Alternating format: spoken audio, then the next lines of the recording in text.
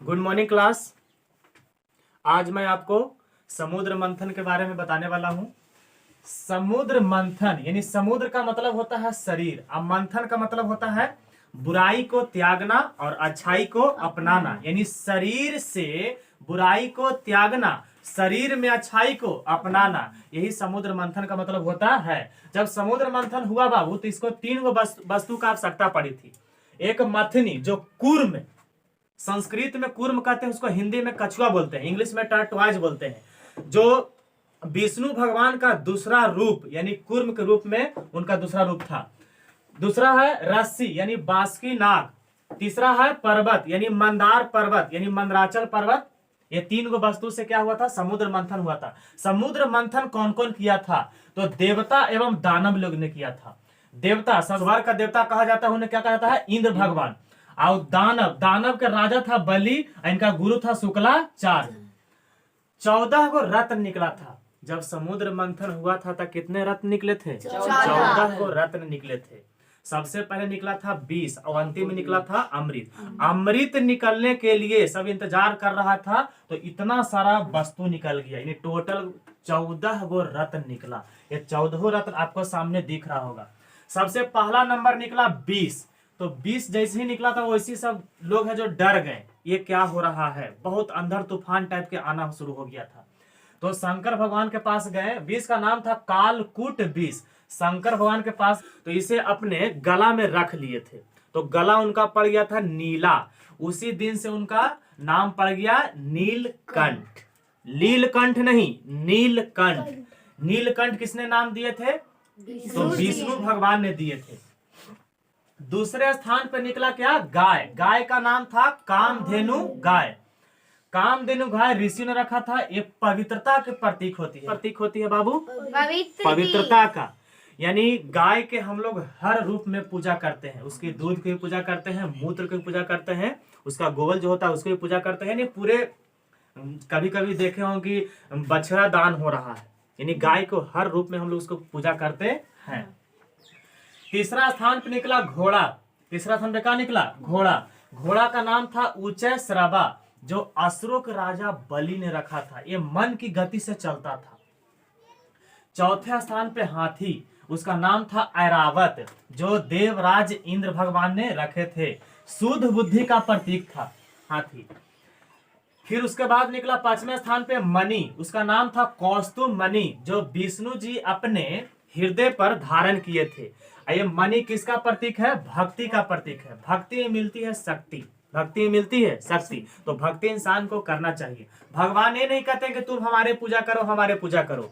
भगवान कभी तो पूजा करने के लिए बोलते नहीं है, अब माना भी नहीं करते हैं।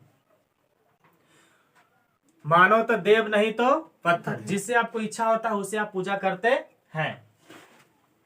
उसके बाद फिर निकला वृक्ष। वृक्ष का नाम था कल्प वृक्ष।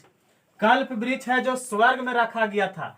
ये सारी इच्छा को पूरा करने वाला वृक्ष था। उसके बाद निकली अप्सरा। अप्सरा को कौन थी? तो रंभा। रंभा अप्सरा निकली थी। इसको देवता लोग रखे थे। किसने रखे थे? देवता लोग रखे थे। एक काम वासना और लालच के प्रतीक थी। उसके बाद देवी निकली, देवी लक्ष्मी। लक्ष्मी है जो विष्णु जी के वरण में गए थे। लक्ष्मी जी जैसे ही निकले तो वैसे ही देवता लोग और दानव लोग आपस में भिड़ गए, लड़ गए कि इसको हम रखेंगे, इसको हम रखेंगे, इसको हम रखेंगे। तो ये परेशान हो गए लक्ष्मी जी। तो लक्ष्मी जी याद किए ब्रह्मा जी को। तो ब्रह्मा जी बोले कि आप समुद्र पुत्री हैं, आप अपने तरफ से जिसे चाहेंगे उसे आप वर चुन सकते हैं। तो ये विष्णु जी के पास गए थे, क्योंकि विष्णु जी से ही अपना ये प्यार करते थे। नहीं, आजकल के भी लोग होते हैं जो किसी लड़की के लिए एकदम लड़ जाते हैं कि वो काहे देख रहा है, वो काहे देख रहा है। अब देख रहा है तो कुछ ही मतलब कर देगा। तो देखे वाला चीज है, कोई भी देखेगा। एक बार देखो, 1000 बार देखो, देखे वाला चीज है, बार बार देखो। अब तुम लड़ रहे हो उसके चलते, उससे भी तो जाके कोई पूछो कि वो किसे चाह रही है, ना कि वो मेरी है। उसके अंदर आंख उठा कर कोई देख नहीं सकता है। तेरे जैसा है इस जमाने में हुआ तो रब से शिकायत होगा। अगर तेरी और किसी का रूह गया तो क्यामत से पहले क्यामत होगा। उसके बाद निकली बारनी देवी यानी मदिरा। मदिरा माने शराब। दानवों ने खूब पिया था, नशा का ये प्रतीक है। उसके बाद चंद्र निकला, 10वें स्थान पे क्या निकला? चंद्रमा, यानी शंकर जी अपने मस्तिष्क पर लगाए थे, ये शांति एवं शीतलता का प्रतीक होती है। उसके बाद निकला वृक्ष, 11वें स्थान पे वृक्ष निकला।